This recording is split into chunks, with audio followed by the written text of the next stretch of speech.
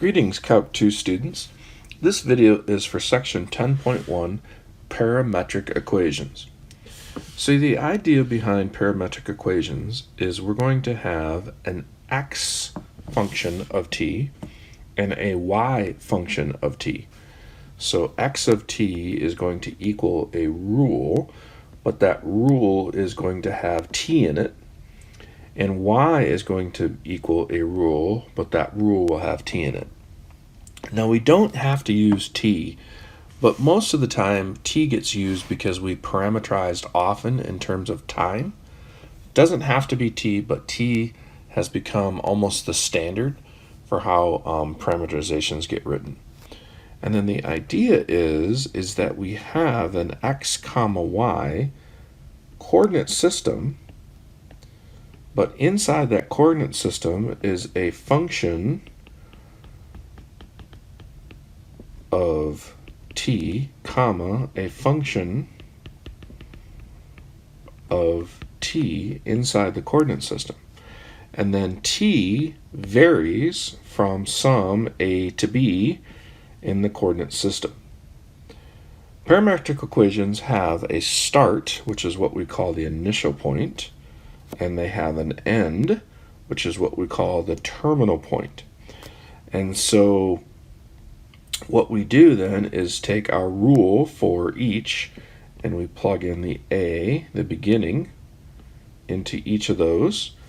And for the terminal point, we plug in the end into each of those equations with respect to t, and that runs from the beginning until the end. So this is a function that I have, y of x equals 2x squared plus 3x minus 1.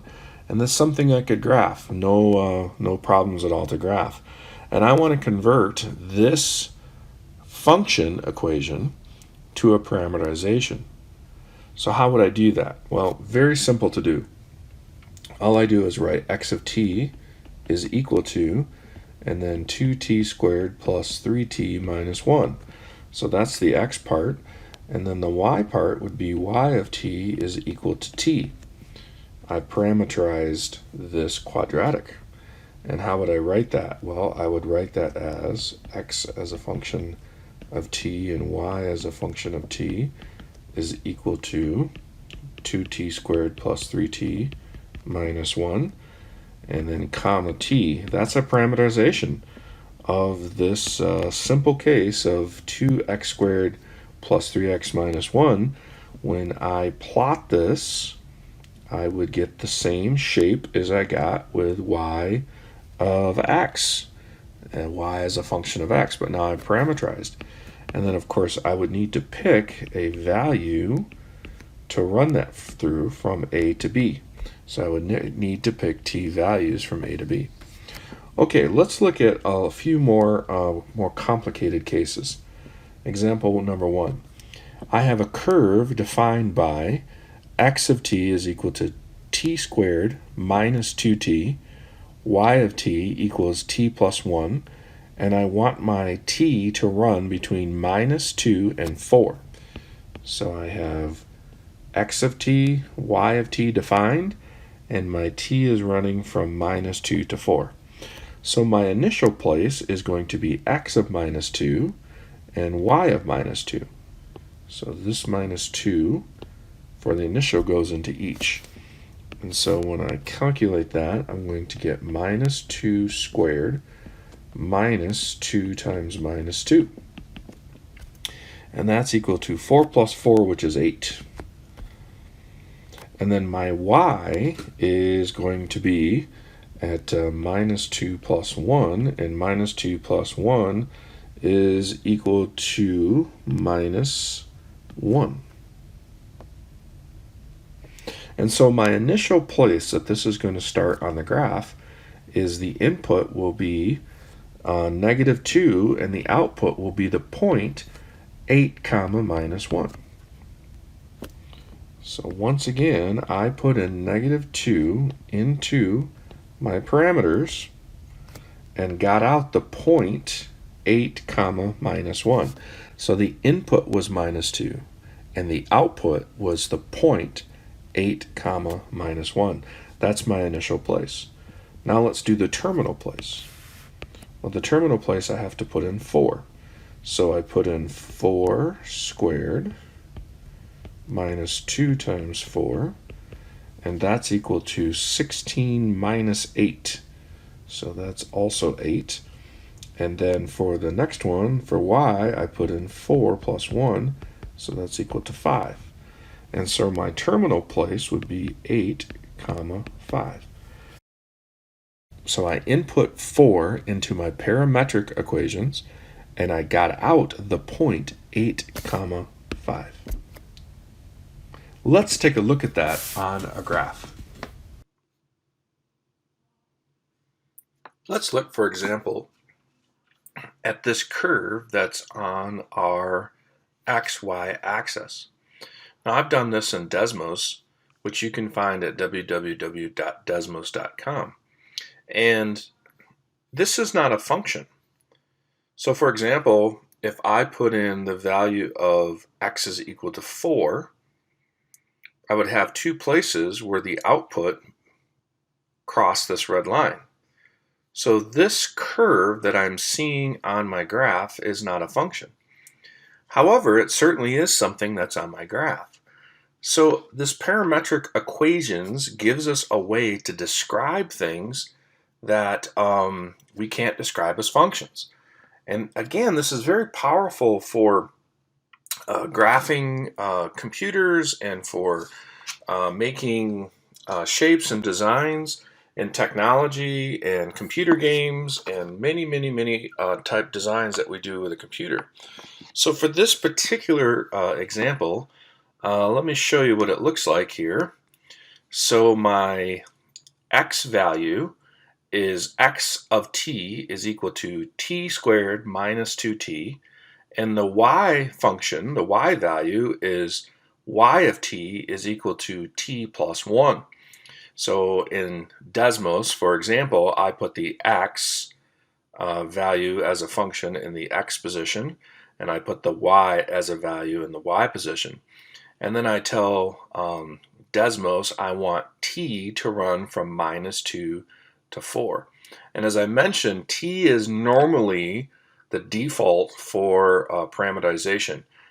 Not all software will have that, but that has become the standard of most software packages and how we deal with parameterizations. We deal with it in terms of parameterizing in terms of time. So what then I did, because I wanted to animate something on this, is I made this b squared minus 2b in the same position, the x position, instead of the t squared minus 2t. And in the y position, I put b plus 1 instead of the t plus 1. And so I'm going to turn that on, and I get this blue circle on my parameterization. And then you can see as my input of time, so when time is equal to -2, I'm plugging in that -2 value. I'm in the x position at 8. So also -2, so I plug in -2 for the y position, and I get -2 plus 1 is -1, and so the y position is at -1.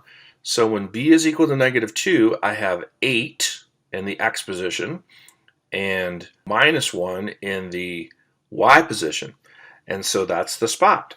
And then that would continue on is now when I go to b equals -1, right? So now I would have, I put in -1 here in the x position.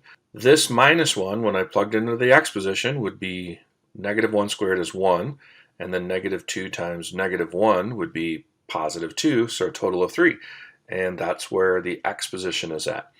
And then the y position would be -1 plus 1 is 0, so then that's the y position. And that's the case for all along this parametric curve. So if I play the animation, the computer puts this in for me, right? So it puts in all the values for me, and you see the animation follow this curve. So now let's imagine for a moment that this was some computer animation with, I don't know, let's say a race car driving down the track, right? So I could use this parametric curve and this blue race car driving around the curve and going down the track. And furthermore, I could do things like speed up the race car by the animation by just increasing its speed. And so I would have something like that. And I could do a variety of different things. I could make it go really fast on this first part and then have it slow down going around the curve and then speed up again coming down to the end. All of those things I can do because I have parameterized a shape and then now animated that parameterization in a computer program. Okay, let's look at example number 2. Example number 2 is called the cycloid. So the cycloid is a very famous parameterization problem. The cycloid is given by the x is equal to r, where r is the radius of a circle, times t minus the sine of t. And y is equal to r, where once again r is equal to the radius of a circle, 1 times 1 minus cosine of t. Now, because what's changing is the angle in the center of the circle, we often write this particular parameterization not with t but with theta. So sometimes you'll see it with t, sometimes you'll see it with theta. And so that's equal to the same equations, but instead of using t, I'm going to use theta. So I have r, which is again the radius of some circle, times theta minus sine of theta. And then the y part is r times 1 minus the cosine of theta.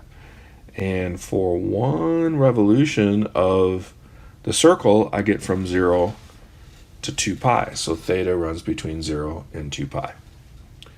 Let's take a look at that on a graph. So this is a very famous parametric curve called the cycloid. And so it looks like a series of half circles on the top of the graph, but in fact it's not a half circle. It's the trace of a circle. Let me show you what I mean. So this is the x position, so this would be r times t minus sine of t, and then the y position is r times 1 minus cosine of t, but I've chosen the radius of my circle to be 1. So I'm multiplying this by 1 and that by 1. And then this is my slider for animation that I put into here. And so when I trace it out, you can see the animation, what's happening.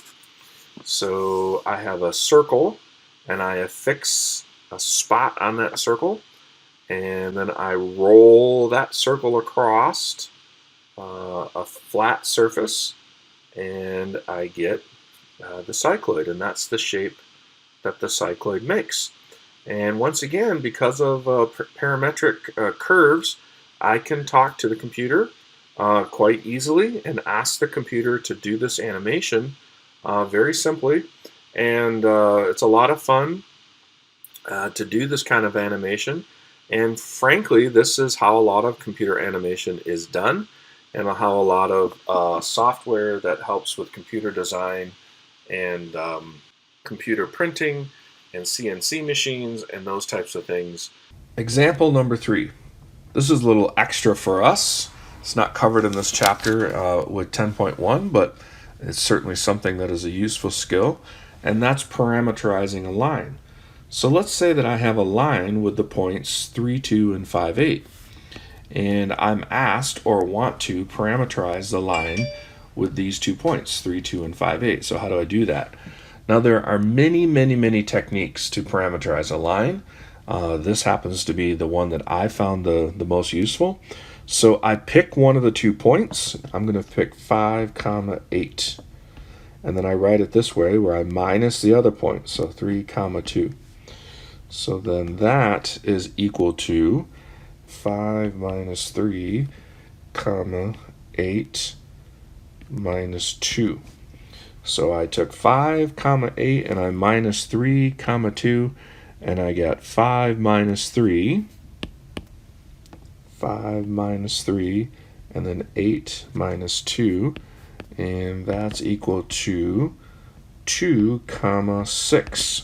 So what do I do? So now that I've figured out that difference of those two, I just take this new point that I found and I write a t in front of it. So t times 2 comma 6, and then I add, and I pick one of my two original points. It doesn't matter which one. I'm going to do 5 comma 8, and now I've parameterized that line that connects those 2 points. Now the way that we like to write this out is like this. We do the x part is 2 times t plus 5. So what I did was the x part times t plus, and then the x part plus 5.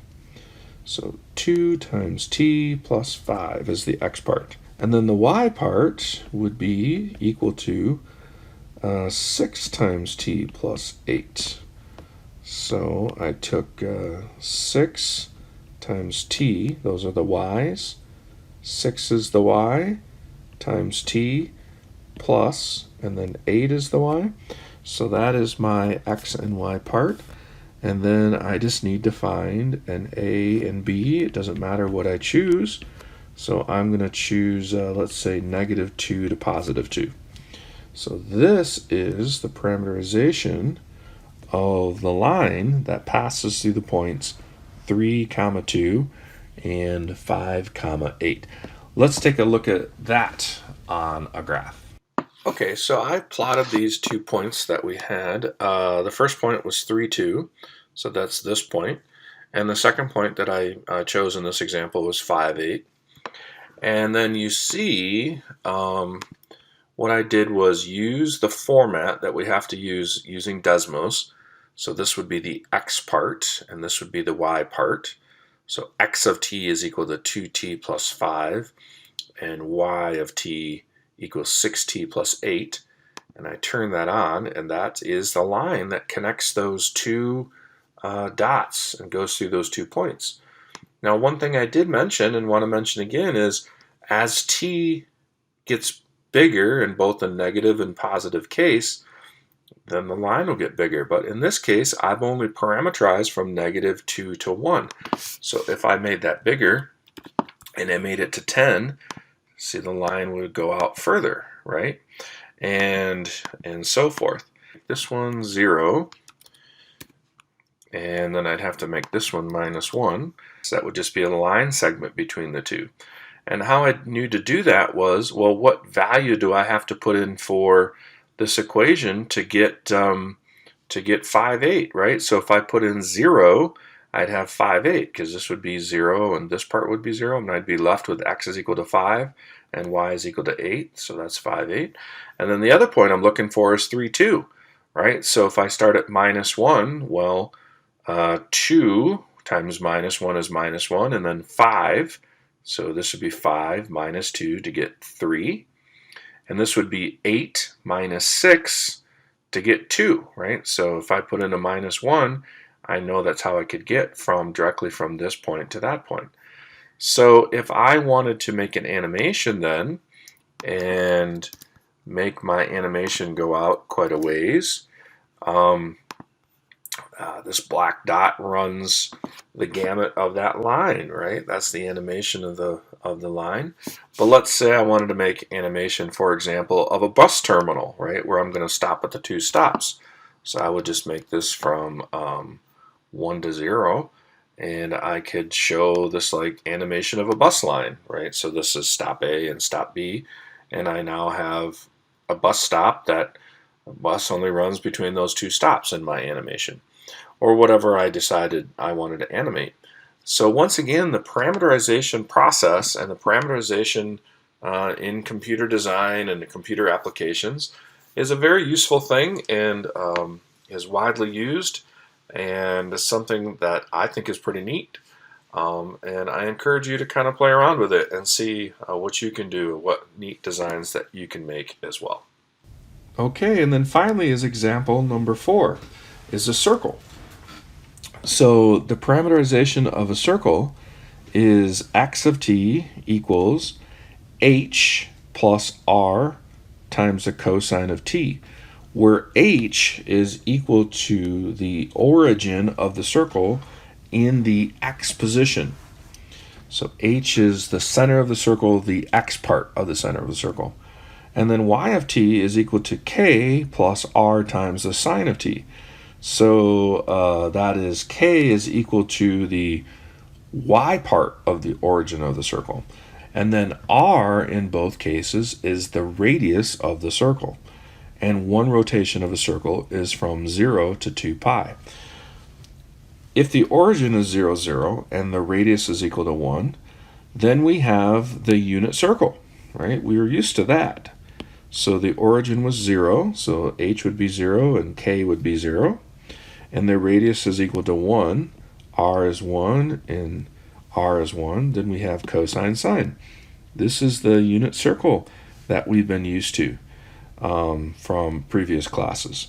And then in general, the way we would write this is h plus r times cosine of t, comma, k plus r times sine of t.